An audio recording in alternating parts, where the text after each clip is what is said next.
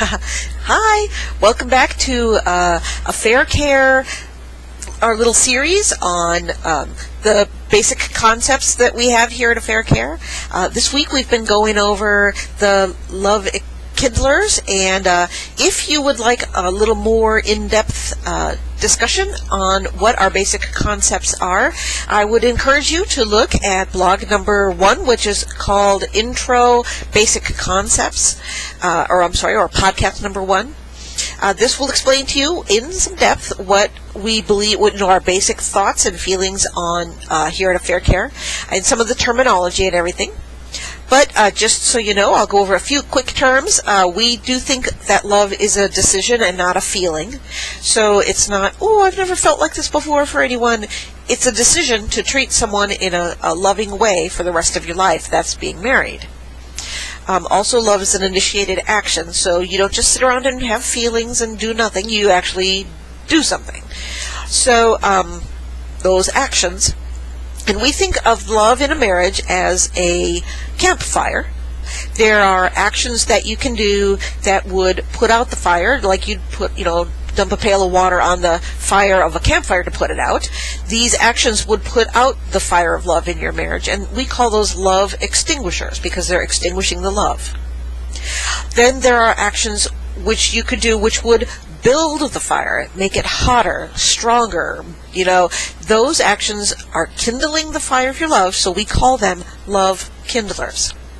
Also, this is a term we have not discussed yet today, but in the instance of an affair where there is infidelity involved, the spouse who did not have another person and was in the marriage and faithful, we call that person the loyal spouse because they were loyal to their vows.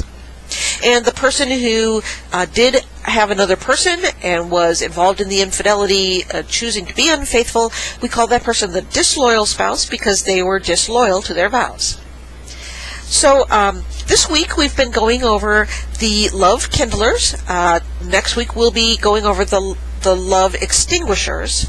So this week we're going over the things that build the love, that make it hotter and stronger, and some things that, giving you some examples of things you can do to help rebuild and rekindle the love in your marriage after an affair. We started off with number 1, which is emotional commitment. That's committing to your spouse's need to feel loved, respected, accepted, and appreciated. So if you want to learn more about that one, I would say look at the Kindler number 1 blog, and you'll learn more.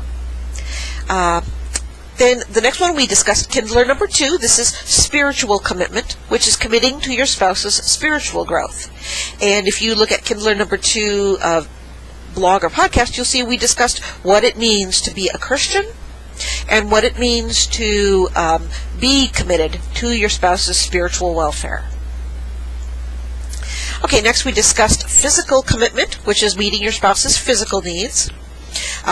Yes, the United States is just focused on sex, and more sex, Christian sex, all kinds of sex. So, but we did discuss that commitment. We also discussed, though, the non-sexual tender touch and the commitment to being physically attractive to your spouse.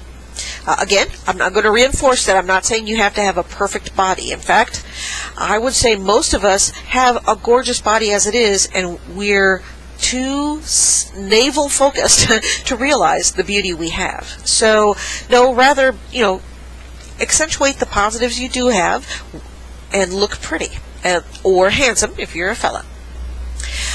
We discussed Kindler number 4, which is financial commitment, meeting your spouse's monetary needs and financial needs, providing for them to have a lifestyle that you both agree on, providing for the family,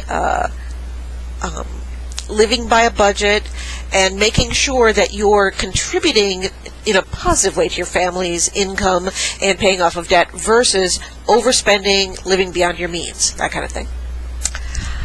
We discussed family commitment, which is meeting your spouse's need for individual adult time alone and individual time with the children, as well as sharing the household chores and the child rearing.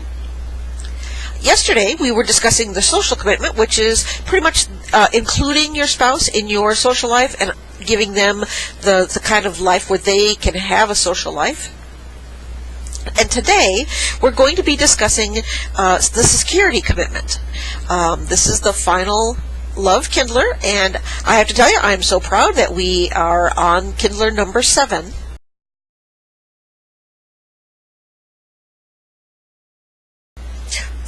So the Kindler today is security commitment. The security commitment Kindler is supporting your spouse in, the way I think of it is being your spouse's safe haven. So often we treat our spouses like they're coming home from the day, and they're dreading coming home because the first thing that's going to happen is they're going to be criticized, or they're going to be engaged in a fight, and the home that they come home to is not their safe haven. And security commitment, to me, I always envision in my head that almost the exact opposite, where the person who's at work would come home and think, thank God I can finally get home because I know that I'm safe and loved there. I can say anything, I can be who I really am. Out at work, sometimes you have, it's part of the job. Like, if a customer is cranky, you're not supposed to be cranky back to them. So you kind of have to sometimes edit yourself and not be who you really are. At home, the feeling is not that they can just cut loose and be abusive and whatnot, but rather, thank goodness I can be in a place where people know who I am and love me in spite of myself, and I'm safe here. I'm safe here. If I have an issue, I can get through it, and I know that I'm not going to be harmed more here at home. So that's the way I envision it in my head, a security commitment. So, involved in that would be in times of crisis. Have you ever heard couples that say, I wish my spouse was there for me, right? What does that mean? That's so, your spouse can't figure out what that means. I wish you were there for me. But I think we all kind of say that, and we know what we mean in our heads. And I think in a general way, we sort of mean that support in time of crisis, right? Where there's somebody that's on your side, or at the very least, not drowning you worse. So, for the security commitment Kindler, this commitment, when there is a time of crisis, it can go both ways. That you would be supporting your spouse. So let's say there's been a death in the family, you would support your spouse through their grief and understand that they may not be at their best behavior and they have some stuff they have to process and kind of grow through, so you don't take it personally and that kind of thing. Or, likewise, the other side of that same coin, that you turn to your spouse in times of crisis. When you have a time of crisis, include your spouse and have them be the safe haven that you turn to. So, yes, you want to create the environment where your spouse feels safe turning to you, and you want to be able to turn to your spouse. Okay? So that's the thing, the time of crisis. Another part of the security commitment is standing by your spouse. Now, this one, I know I've heard a lot about this one. Such and such and such happened, and he took her side, or their side, or whatever it would be. There's a reason why the Lord tells us to leave and cleave. When we grow up in our original families, our obligation and the parents are our authority, and as the children, we are in that, our obligation would be to obey our parents. But when we marry, we actually are creating a new family, and so we need to leave our father and mother and cleave to our spouse. That is to say, the obligation we had with our parents, yes, we still honor them, but that authority is gone now. For the wife, the authority is the husband. And for the husband, he needs to cleave to his wife, not his mama's little apron strings. So we do that, though, because when something comes up, like there's an issue at work, or somebody was, kind of snarky to your wife, that they feel like, here's my spouse, they got my back.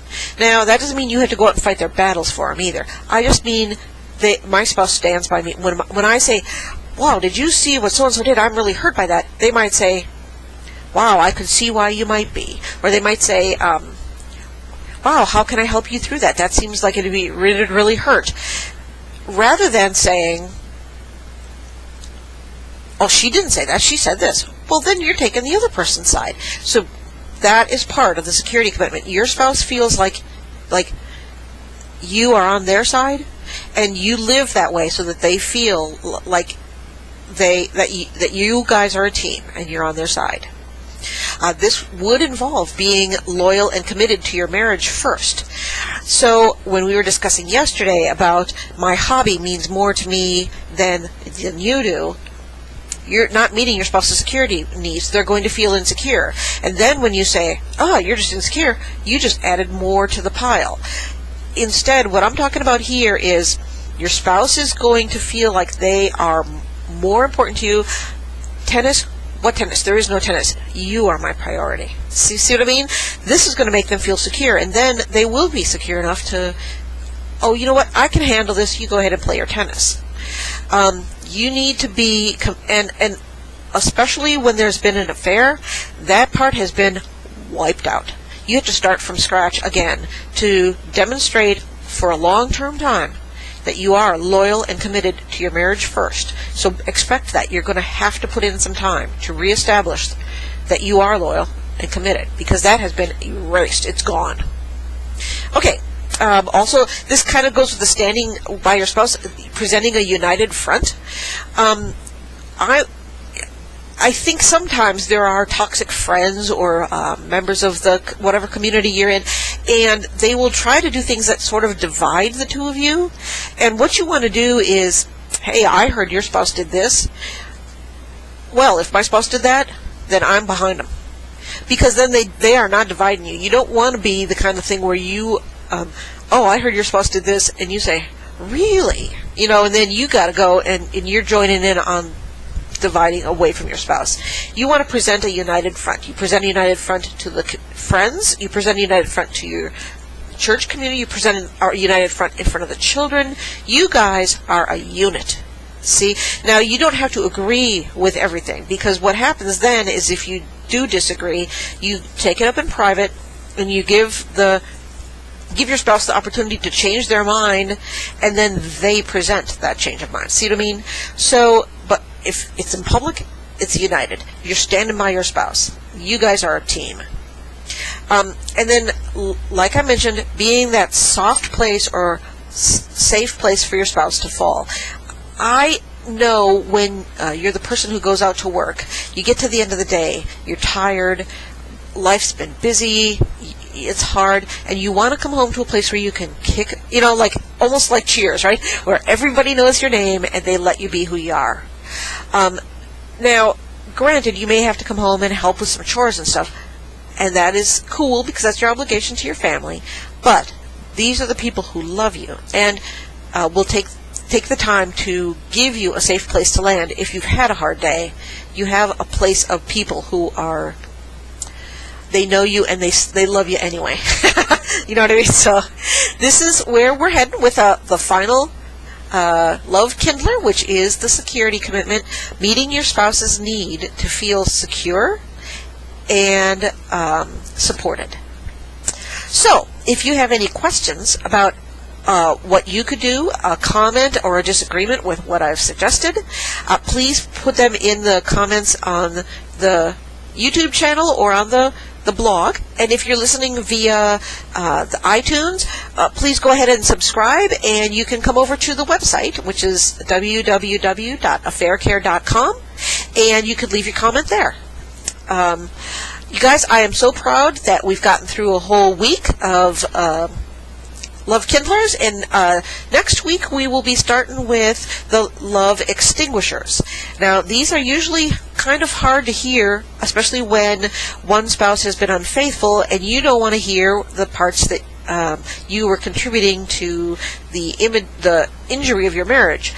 But we need to face the truth, and sometimes that involves looking at some of the activities that you did that hurt your spouse. So we will be discussing that next week, and I look forward to seeing you come back next week and discuss the love extinguishers. So thanks everybody, and we'll see you next week. Bye-bye.